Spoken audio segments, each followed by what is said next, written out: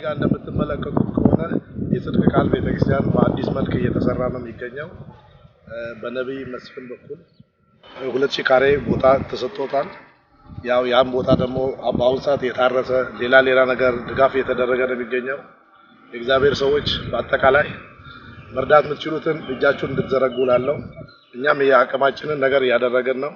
እግዚአብሔር ቢረዳችሁ በተቻላችሁ መጠን ቦታውን መጣችሁ የተመለከታችሁ እንድትረዱ ትላለው። አመሰግናለሁ። መጀመሪያ እግዚአብሔርን እናመሰግናለን። ይሄንን ቦታ እግዚአብሔር ሰጥቶናልና አሁን ላይ ያላችሁን ሰዎች ደግሞ አንዳንድ ድጋፍ የሚያስፈልገን አለ። ቆርቆሮም በሆነ ነገርም ይሄን ድጋፍ እንድታረጉልን በእግዚአብሔር ስም እንጠይቃለን። እግዚአብሔር ያክብርልን።